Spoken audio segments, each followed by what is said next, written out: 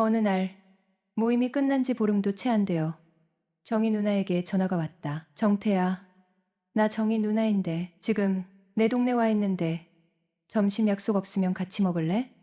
어? 정희 누나, 웬일로 여길 오셨어요? 그냥 볼 일 있어서 온 김에 생각나서 시간 되면 같이 밥 먹자. 정희 누나는 모임에서 유독 나를 챙겨주던 사람이었다. 그녀의 행동이 한동안 머릿속을 떠나지 않았던 터라 그녀의 전화는 내게 반가움을 넘어서 묘한 설렘을 주었다. 좋아요. 누나가 괜찮은 곳 정해보세요. 내가 아는 데 중에 괜찮은 곳 없어? 내가 정해봐. 그럼 조용히 얘기하기 좋은 일식집으로 갈게요. 괜찮죠? 좋아. 내비 찍고 찾아갈게. 점심 약속 당일.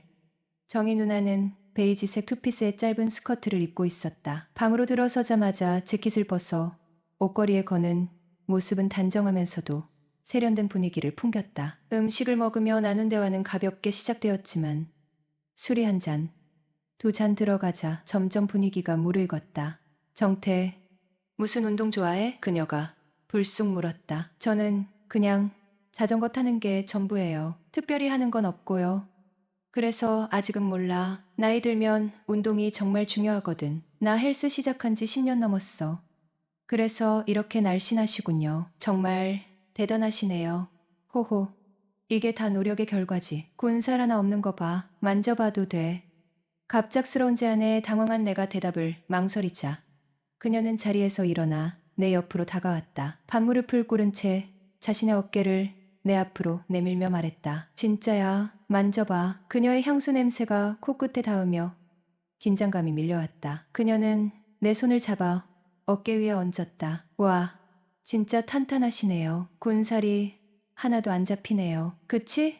이 정도면 충분하지 않아? 그녀는 은은한 미소를 띠며 나를 바라보았다. 식사를 마친 후 커피를 마시러 가려 했지만 주변에 적당한 곳이 보이지 않았다. 야, 그냥 우리 집 가서 마실래? 누나 집이요? 그래.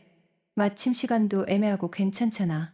대리를 불러 그녀와 나란히 차에 올랐다. 그녀의 집은 깔끔한 오피스텔로 아늑하면서도 세련된 느낌이었다. 들어와, 편하게 있어. 오, 남자 흔적이 전혀 없네요. 에이, 남자는 무슨 커피 한 잔 줄까? 네, 좋아요. 우리는 커피를 마시며 대화를 나눴다. 대화는 점점 수위를 높여갔고 정희 누나는 자신의 이야기를 솔직하게 꺼내기 시작했다. 정태야, 너랑 이렇게 얘기하니까 정말 좋다. 요즘 너무 답답했거든. 왜요? 남자친구분이 잘 못해주나요? 아니, 잘해줘. 내가 얘기한 건 그게 아닌데 낮이 아니라 밤에 잘해주냐고요. 딱히 달라진 거 없이 여전해. 그럭저럭이야. 그래서 딴 남자 알아보는 중이잖아. 딴 남자 알아본다고요? 그래, 이참에 바람이라도 피워야지 뭐. 정태가 누나랑 한번 만나볼래? 나보고 색현을 하라는 거야? 난 그런 거 못해요. 내가 유부녀도 아닌데 몰래 만나는 게 어때서? 야, 김정태, 너 나랑 연애 한번 해보자. 그녀의 돌직구에 나는 잠시 머뭇거렸지만 웃으며 대답했다. 그럴까? 누나, 20살. 대학 입학을 위해 서울로 올라왔을 때 가장 먼저 마주한 건 천정부지로 치솟은 서울의 집값이었다. 지금은 더 심하지만 그때도 이미 대학가의 자취방은 감당하기 어려운 수준이었다. 학비와 생활비에 더해 월세까지 부담하기엔 우리 집 형편으로는 벅찼고 나는 한 푼이라도 아끼기 위해 현실적인 선택을 해야 했다. 고심 끝에 학교에서 자전거로 40분 거리의 고모네 집에 머물기로 했다. 대중교통을 이용하면 환승 없이 20분 만에 갈 수 있어 나쁘지 않은 선택이었다. 하지만 매일 버스와 지하철을 타고 다니다 보니 한 달에 10만 원 가까이 교통비가 나갔고 이 비용조차 아껴보고 싶었다. 때마침 유학을 떠나는 사촌 형이 아끼던 고급 자전거를 선물로 주었다. 형에게는 애정품이었, 나에게는 돈을 절약할 수 있는 절호의 기회였다. 교통비를 아껴 다음 학기 등록금에 보태야겠다는 마음으로 자전거 통학을 결심했다. 하지만 초보 라이더에게 익숙하지 않은 장거리 라이딩은 체력적으로 고역이었고 40분 이상 쉬지 않고 연속해서 자전거를 타는 건 쉽지 않았다. 그래도 반년 정도 타니깐 좀 익숙해지기도 했고 자전거에 자신감도 관심도 생겨서 이것저것 알아보다가 우리 지역에 자전거 동호회가 있다는 걸 알게 돼서 자전거 동호회에 바로 가입했다. 막상 가서 보니깐 여러모로 놀랍더라. 나는 그냥 바람막이에 아디다스 추리닝 바지 입고 헬멧에 자전거만 가지고 나왔는데 거기 있는 사람들은 마치 프로 자전거 선수 마냥 빕, 저디, 장갑, 고글, 가민 액션캠 등등 풀장착이었다. 물론 나도 장비병 걸려서 지금은 저런 상태이다. 아무튼가 20살 된 애기가 자전거 같이 타보겠다고 그러고 나왔으니 동호회 형 누나들 입장에서는 많이 귀엽지 않았을까 싶지만 동호회는 그런 곳이 아니었다. 나를 이용해서 자신을 추켜 세워보려는 자존감은 낮고 대나온 아저씨들의 잔치였다. 자신의 자전거는 2천만 원짜리다. 내가 정치인 누구랑 동문이라 친하다. 나는 한남더일 아파트에 산다. 어쩌고 저쩌고 바이크 푸어에 정치인이랑은 악수만 해본 거였고 자가주택은 커녕 자가용도 없던 자존감 낮은 아저씨들의 허풍잔치였지만 20살짜리 애기가 그런 걸 알 리가 있나. 불편하지만 그냥 우와 대단하세요 하고 엄지척해주면 아저씨들이 신나서 라이딩 끝나면 매번 만난 것도 사주고 그랬다. 그리고 유독 날 귀여워해준 정이라는 누나가 한 명 있었다. 그녀는 진짜 예뻤는데 특히 쫄쫄이를 터뜨릴 것 같은 불륜감은 엄청나게 육감적이었다. 그런 누나를 한번 어떻게 해보고 싶어서 안달난 수많은 아저씨들이 그 누나 앞에서 나를 깎아내리며 자신들을 더욱 부각시켰다. 나도 남자인지라 그녀 앞에서는 멋진 남자이고 싶었는데 험상궂은 아저씨들 앞에서 나는 작아져야만 했다. 참고로 누나는 34살이었고 아저씨들은 40대 50대였다. 그러다 동호회에서 100km 장거리 라이딩을 한 적이 있었는데 어쩌다가 누나가 동호회 사람 말고 이상한 사람 따라가는 바람에 바로 뒤에 있던 나까지 같이 낙오돼서 일행들이랑 멀어졌는데 아무리 가도 못 따라가서 둘이 그냥 카페 들어가서 죽치고 있게 됐다. 그때 누나랑 참 많은 이야기를 나눴는데 번호도 교환했다. 그러다가 동호회 사람들이 데리러 와서 다 같이 달렸다. 웃겼던 게 다른 사람 낙오되면 그냥 버리고 가면서 그 누나가 낙오되면 난리법석을 떨며 끝까지 찾아 데리고 가더라. 여왕벌이라 그런가 그렇게 누나랑 단둘이 대화하고 혈기왕성한 20살은 심장이 두근거려 잠도 못 잤는데 그날 저녁 누나한테 전화가 와서 심장이 터질 뻔했다. 나랑 대화하는 게 재밌어서 이야기하다 잠들고 싶어서 전화했다고. 그 이야기 들으니까 신나서 대화를 했었다. 그렇게 수개월간 누나랑 겐톡도 자주 주고받고 통화도 자주 하고 이게 혹시 그린라이트가 아닐까 하는 생각을 자주 했다. 그러다 동호회의 30대 중반에 건축업을 하는 총각 형님이 한 명 있었는데 주변에 여자도 정말 많았고 외모도 정말 준수한 그놈과 결혼을 한다는 거다. 그 당시엔 누나한테 정말 심한 배신감을 느꼈지만 그래도 결혼한다니 뭐 어쩌겠습니까? 축하해줘야죠. 그녀가 결혼 후 2년 조금 안 되었을 무렵이었어요. 군 제대하고 여자친구 없다고 하니깐 제대 선물로 자기 회사의 여직원과 소개팅을 주선해준다더군요. 소개받은 여자랑은 소개팅 첫날 서로 호감 표시를 하고 얘기가 잘 되어서 썸을 타면서 할 것 다 하는 엔조이처럼 지내고 있었습니다. 그러는 중에 어느 날 정희 누나에게 카톡이 오더군요. 너 그 애랑 잘 지내냐고?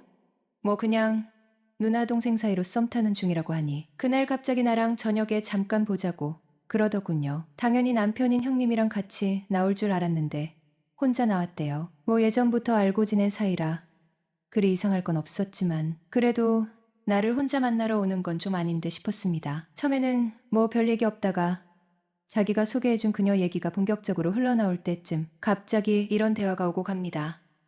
근데 나 사실 너희 둘이 어떤 사이인지 대충 얘기 들었어. 뭐야, 그런 말도 했어? 참나 세상에 비밀이 없네. 그런 건 좀 비밀로 간직하지 뭐 자랑할 거라고. 아니, 처음부터 하려고 한 게 아니라 술 먹다가 이런저런 얘기하다 보니 실수로 나왔는데 뭐 너랑 엔조이로 지낸다 그러더라고. 너가 잘해준다던데. 도대체 어디까지 얘기했길래? 누나 반응이래. 꽤나 디테일하게 얘기해주던데. 그러니깐 뭐라고 했는지 말해보라니깐. 너 보통 내기가 아니라던데. 근데 누나는 갑자기 날 불러내서 이런 얘기를 내 앞에서 하는 이유가 뭐야? 너 예전에 나 많이 좋아했잖아. 생각지도 못한 그녀 질문에 말문이 턱하고 막혀서 당황스러웠는데 그게 이번 일과 무슨 상관이야? 나 곧 이혼할 것 같아. 형식 씨랑 더 이상 못 살겠어. 그 사람과는 성격 차이가 너무 심하네. 의처증 때문에 동호회에도 못 나가게 하고 너무 힘들어. 그래서 딴 남자 알아보는 중이잖아. 딴 남자 알아본다고? 정태가 누나랑 한번 만나 줄래?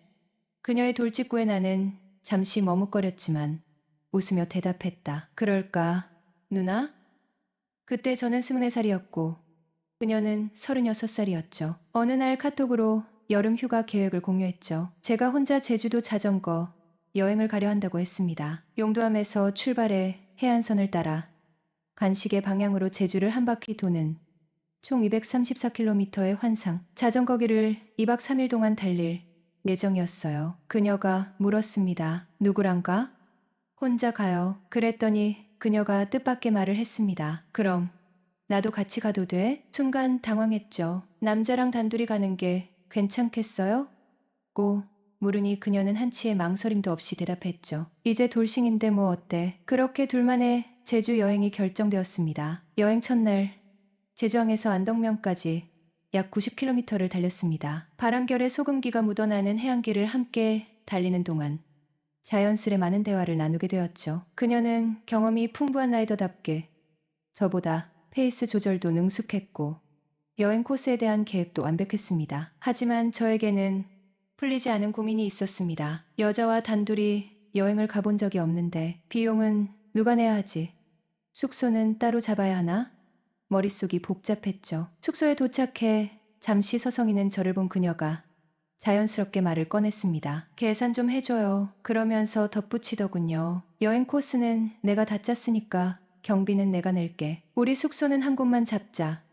이게 더 편하잖아. 돈도 아끼고 말야. 그렇게 그녀가 숙소를 예약하고 계산까지 마쳤습니다. 의외의 배려에 놀라고 또 안도했습니다. 그날 이후 저희 관계는 미묘하게 달라졌습니다. 라이딩 중 잠깐 쉬며 나누는 대화 속에서도 숙소로 돌아와 함께 먹는 저녁, 식사 속에서도 묘한 끌림이 느껴졌습니다. 서로를 향한 호감이 더 이상 숨길 수 없을 만큼 커졌던 거죠. 그렇게 우리의 제주도 여행은 단순한 자전거 여행 그 이상이 되었습니다. 돌아오는 길, 저는 확신했습니다. 이 여행을 계기로 우리는 단순한 동호회 사람, 그 이상이 되었다고요. 그 순간부터 우리의 연애가 시작되었습니다.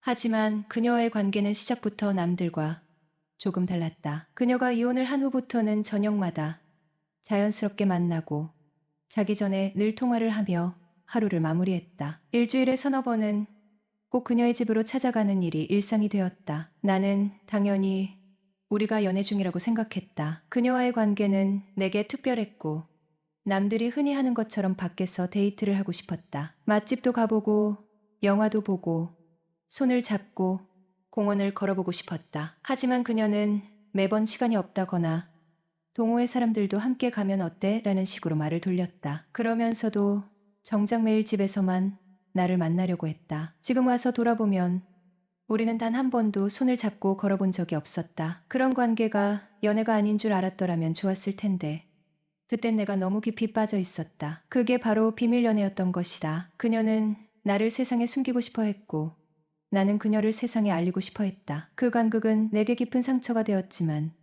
그 당시에는 그녀를 잃는 게 더 두려웠다. 혼자만의 과몰입으로 힘든 순간도 많았다. 동호회 모임이 끝난 어느 날 그녀가 다른 아저씨의 차를 타고 떠나는 모습을 보고 내 가슴은 찢어질 것 같았다. 참을 수 없었던 나는 그녀에게 전화를 걸어 대체 뭐 하는 짓이냐며 따졌다. 그 순간 그녀는 정색하며 말했다. 우린 정상적인 사이가 아니야. 남들 앞에서는 선을 지켜야 해. 그 말은 내게 너무 큰 상처가 되었고 나는 울음을 참을 수 없었다. 나는 그녀와 정식으로 교제를 한 적도 없는데 어느새 2년이라는 시간이 흘렀다. 그동안 나름의 기대와 희망을 품고 있었다. 하지만 결국 그녀에게 이별을 통보했다. 마음이 아팠지만 이 관계가 나를 더 이상 행복하게 만들지 않는다는 걸 깨달았기 때문이다. 이후 한동안 우리는 연락을 끊고 지냈다. 그렇게 그녀는 내 삶에서 멀어지는 듯했다. 그러던 어느 날 그녀에게서 연락이 왔다. 얼굴 한번 보자는 말에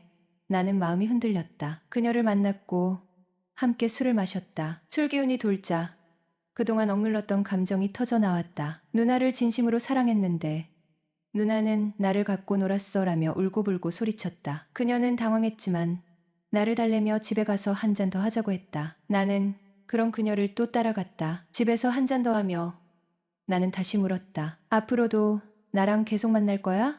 그녀는 잠시 침묵하더니 조용히 말했다. 이제 나도 30대 후반이야. 늦기 전에 새 출발을 해야 할 것 같아. 그리고는 곧 결혼을 할 거라고 덧붙였다. 내게는 청천벽력 같은 소식이었다. 이후 알게 된 사실은 그녀가 결혼하려던 상대가 동호회에 새로 들어온 40대 중반의 돈 많은 돌싱 남자라는 것이었다. 그때 나는 깨달았다. 그녀와의 인연은 내 인생에서 풋풋하고 사랑스러운 연애를 놓친 시간이었다. 한참 좋을 나이에 사랑을 믿고 그녀만 바라보며 지낸 시간이 아쉬움으로 남는다. 그 시절에 내가 더 현명했다면, 내 감정을 지키고 나 자신을 더 아꼈다면 다른 결말이 있었을지도 모른다. 하지만 지금은 그저 아련한 추억으로 남아있을 뿐이다. 사랑은 붙잡는 것이 아니라 놓아주는 법을 배우는 것이다. 떠나야 할 사람이라면 결국 떠날 것이기 때문이다.